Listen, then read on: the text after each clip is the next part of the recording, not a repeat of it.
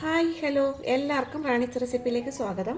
ഇന്ന് ഞാനിവിടെ ഉണ്ടാക്കുന്നത് കടല കൊണ്ടൊരു അടിപൊളി ഐറ്റമാണ്. അതിനുവേണ്ടി ഒരു കപ്പ് കടല 4 മണിക്കൂർ വെള്ളത്തിലിട്ട് കുതിർത്ത് എടുത്തിട്ടുണ്ട്. നമുക്കിതൊന്ന് വേവിച്ചെടുക്കാം. കുക്കർ വെച്ച് അതിലേക്ക് ഈ കടല ഇട്ട് കൊടുക്കാം. ഇതിലേക്ക് ഒരു കപ്പ് വെള്ളം ഒഴിച്ചു കൊടുക്കാം. അടച്ച് വെച്ച് 10 മിനിറ്റ് കുക്ക് ചെയ്യാം. നമുക്ക് കടല ഒന്ന് വെന്തോന്ന് നോക്കാം.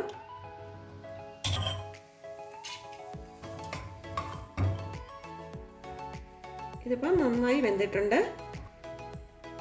നമുക്ക് തണുക്കുമ്പോൾ മിക്സിയിലിട്ടൊന്ന് നല്ല ഫൈൻ പേസ്റ്റായി അരച്ചെടുത്ത് കൊണ്ടുവരണം. കടല ഇപ്പം നന്നായി തണുത്തിട്ടുണ്ട്. നമുക്കിനി ഇത് ഒന്ന് അരച്ചെടുത്ത് കൊണ്ടുവരണം. അതിനായിട്ട് മിക്സിയുടെ ജാറെടുത്ത് അതിലേക്ക് കടല ഇട്ട് കൊടുക്കാം.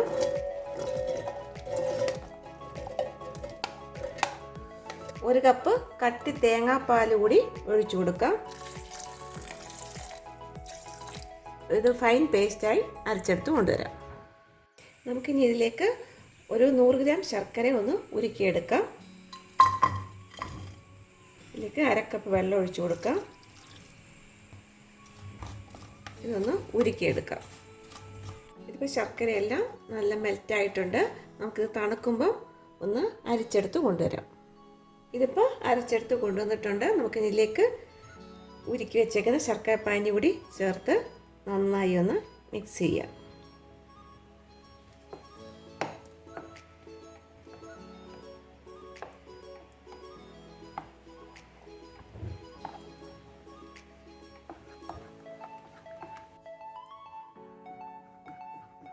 ഇതിപ്പം നന്നായി മിക്സ് ആയിട്ടുണ്ട്.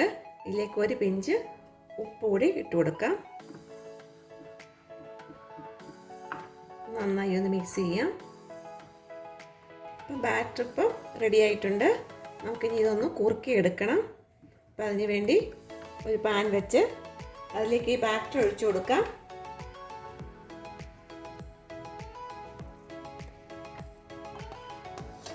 നമുക്കിത് ലോ ഫ്ലെയിമിൽ നന്നായിട്ട് കുറുക്കിയെടുക്കാം. ഇതിപ്പോൾ കുറുകി വരുന്നുണ്ട്. നമുക്കിനി ഇതിലേക്ക് ചേർക്കാൻ വേണ്ടി 2 ടേബിൾ സ്പൂൺ കോൺഫ്ലവറിലേക്ക് 1/2 കപ്പ് വെള്ളം ഒഴിച്ച് ഇതൊന്ന് മിക്സ് ചെയ്യാം.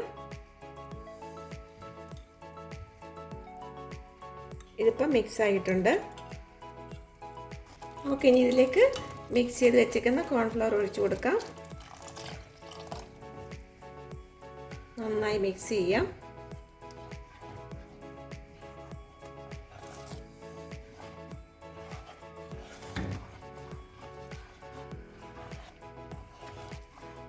ഇതിലേക്ക് കുറച്ച് നട്ട്സ് പൊടിച്ചിട്ട് കൊടുക്കാം. കിസ്മിസ് ഇട്ട് കൊടുക്കാം. 1 ടേബിൾ സ്പൂൺ കറുത്ത എള്ള് ഇട്ട് കൊടുക്കാം. നന്നായി ഒന്ന് മിക്സ് ചെയ്യാം.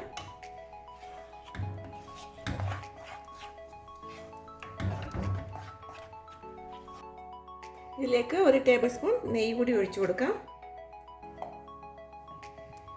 മിക്സ് ചെയ്യാം.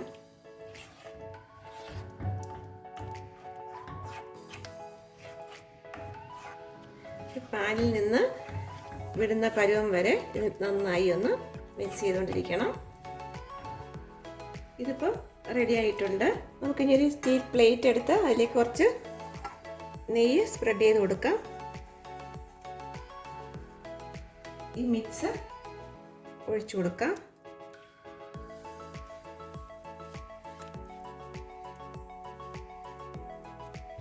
നമുക്കിത് ലെവൽ ചെയ്ത് കൊടുക്കാം.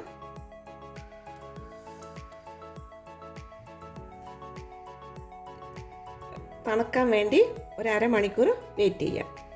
ഇതിപ്പോൾ 1/2 മണിക്കൂറായിട്ടുണ്ട്. ഇതിപ്പോൾ നന്നായി തണുത്തിട്ടുണ്ട്. നമുക്കിതൊന്ന് കട്ട് ചെയ്തെടുക്കാം.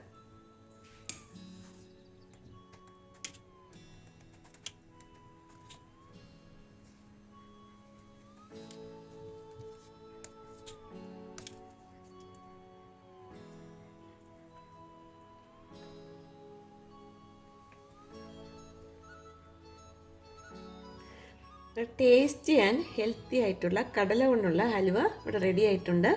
ഇത് കുട്ടികൾക്കൊക്കെ ഇഷ്ടപ്പെടുന്ന ഹലുവയാണ്. എല്ലാവരും ഇത് ഉണ്ടാക്കി നോക്കണം. ഉണ്ടാക്കി നോക്കിയിട്ട് ഫീഡ്ബാക്ക് അറിയിക്കണം. എല്ലാവർക്കും ഇഷ്ടപ്പെട്ട ലൈക്ക് ചെയ്യണം, ഷെയർ ചെയ്യണം, സബ്സ്ക്രൈബ് ചെയ്യണം. അടുത്ത നല്ല റെസിപ്പിയായിട്ട് കാണാം. ബൈ.